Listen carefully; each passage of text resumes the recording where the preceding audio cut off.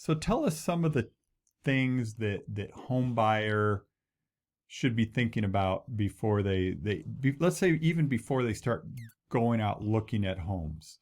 Um, what are some of the top things a buyer should be doing right now? Melissa, I'll throw that to you first. Making sure that you're working with a local reputable lender. That makes it easier to make sure you're pre-approved versus pre-qualified. And that basically just means that the lender's taken those extra steps to check your financial qualifications, and versus just saying, yes, I believe what they said, versus actually looking at it and verifying that it is true. It makes you a little bit of a stronger buyer.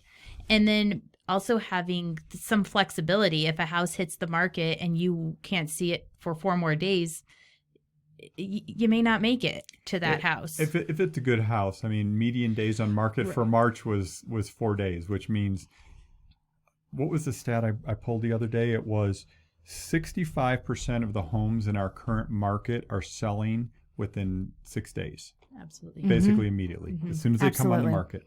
And so Corey, what other things are you doing without giving away any secrets? I know. I'm getting nervous we don't want to over here. educate no, we don't mind educating other realtors because we want everybody to be good. But what other tips would you say for buyers when they're thinking about getting out there right now? Especially when they're first-time home buyers, you really want to say, put the seatbelt on because we're going to go for a ride. Yeah. Because there is a lot of offers that are being put out there, and you want to make sure that you're looking out for your buyer.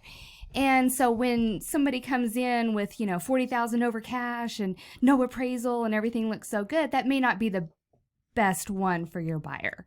Yeah. So I like to definitely talk to them about the reality and just talk about how exciting it's going to be and how we're going to get there. Yeah. And I think, preparation and setting expectations is anything. Obviously, we're kind of doing that right now. So what are you telling, like, Corey, what would you actually tell a buyer right now? Let's say you just pick up the phone and somebody's, called and said, hey, I'm interested in this house. I want to make an offer. What are the things you're going to be asking them? Well, I want to make sure first that they're pre-approved with the lender, obviously. Yep. We're not going to write an offer without going to look at that house, whether I'm going to be FaceTiming them in that house and going through each room and showing absolutely everything of the home. Done that. Absolutely. Closed it. And exactly. Yep. And then making a really good relationship with the listing agent is extremely important. Right. You want to know. You want the listing agent to be able to basically pass on to the seller that's like, look, this is somebody that really wants a house. They're really engaged. They're communicating well. They're not just fly by night. Melissa, what other little tips or tricks should buyers be thinking about right now? In this market, they need to have some skin in the game. They need to be willing to pay for inspections, appraisal, home warranty, their closing costs, and potentially even some of the seller's closing costs to make it just that much more of a competitive offer. Yeah. When it's a buyer's market, you could ask for the seller to pay some of your closing costs, but this is just not where we're at right now. No, definitely not the market we're in right now. And we have earnest deposits. We also have this thing called time off market fee, where it's just the buyer pays the seller to take the home off the market to do their due diligence, inspections, and so on. I want to just talk about inspections really quick because we're seeing a lot of people thinking, well, to make my offer more competitive, I'm just going to waive inspections. So what do you say to that? No, you want inspections. Yeah. Absolutely.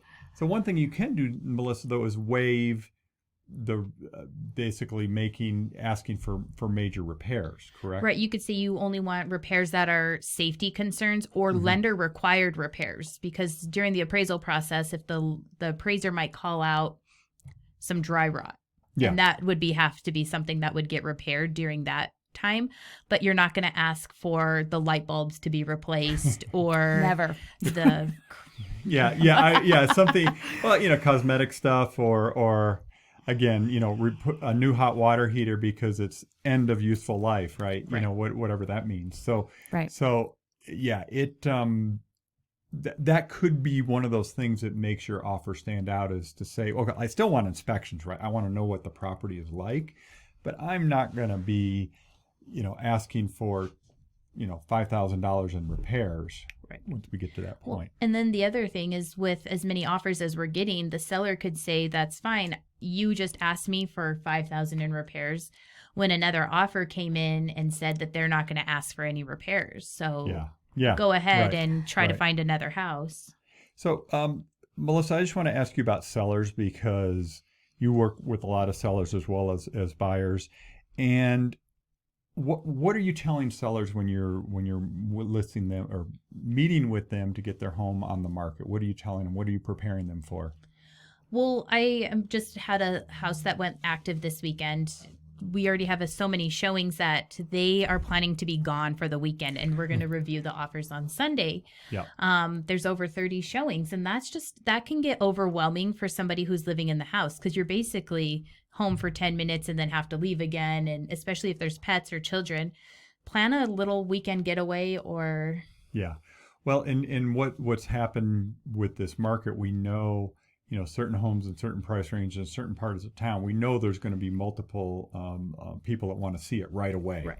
And so you can condense all those showings down into a very short period of time. Yes. Yeah, which is nice. It makes it easier for the seller. They can just do their picnic day. Well, and for the buyers, it's wonderful when they have a few days to look at it. So it's not like, okay, I've got 15 minutes to write this offer and hope that, we can get it. Being able to go into the house 2 to 3 times and saying, yes, I love this house, and this is going to, go to the finish line. That's a really good point, Corey, because people may think, oh, it's going to be the first one that writes the offer is going to win. It's like, no, that really, we're not seeing that much.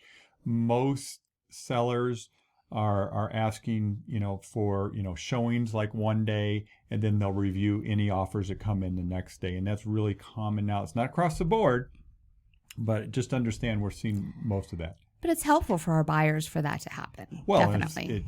The truth is, it's helpful for the seller too, right? Because that way now they have, a handful of offers to choose from. Absolutely. And, obviously the seller's objective is to get the highest and best that's going to close, right? Absolutely.